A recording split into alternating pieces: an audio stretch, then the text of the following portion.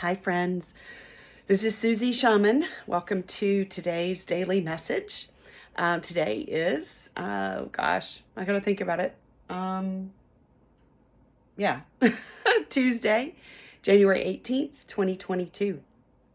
And I am coming to you from in front of one of my sacred altars. So I wanted to talk to you a little bit today about this whole concept of what is my life's purpose? What is my purpose?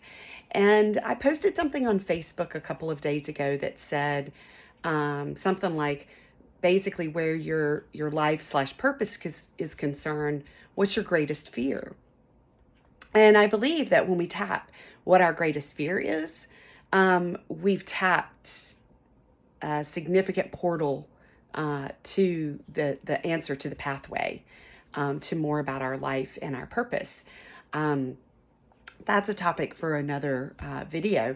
So I wanted to speak to this though, because several people said, I don't know that I've found my purpose yet. And so I wanted to speak to that because I know that it can be very frustrating, unfulfilling, confusing, all sorts of things like that when we feel like we haven't found our purpose. And it's really common in women, especially women who have spent, the better part of their 20s, 30s, and 40s raising children, where most of your purpose is raising your children. A lot of your focus is maintaining a clean and loving home, taking care of your children's needs, making sure that they grow up in a way that they can step into their own purpose. And so that I want to say that is a very valid, hugely crucial, important purpose. Being a parent, and especially for women, being a mother, that's huge. So, but what can happen when those children have left home is sitting around for a moment and thinking, now what? What do I do now? Who am I now?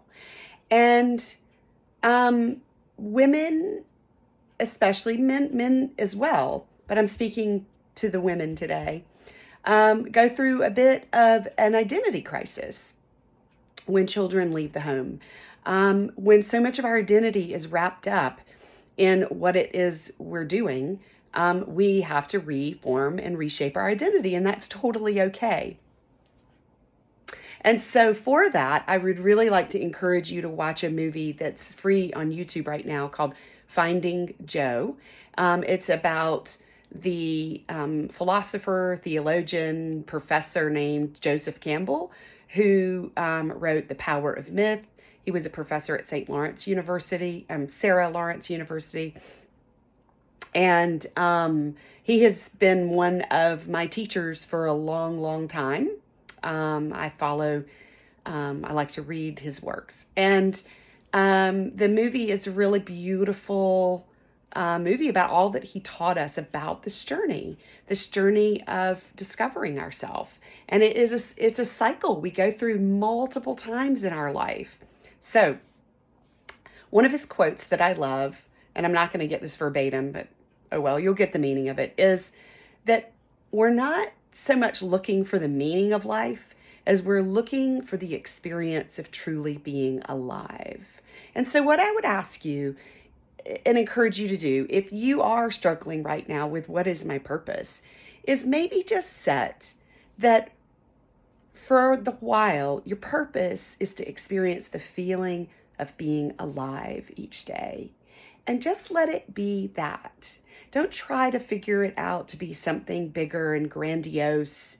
Our culture is very caught up in, your purpose being this big grandiose thing that, is all about either having a huge impact or making a lot of money.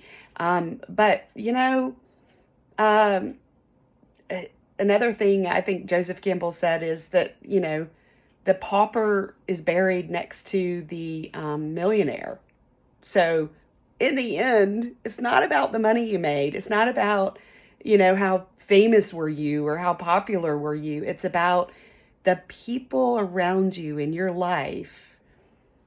Did they feel loved by you? That's what it really boils down to. Anyhow, but for those of us that are looking for something like, well, I get that, but I also want to do something that's more than me, that's more than just the people in my home. And so for that, I would recommend that you look into a concept called Ikigai. And do you see those 4 concentric circles? So the top one, the red circle, is what you love. Next, the blue circle is what you're good at.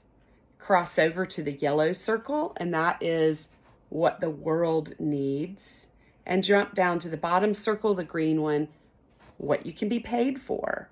And where those 4 circles overlap is where you will find your purpose.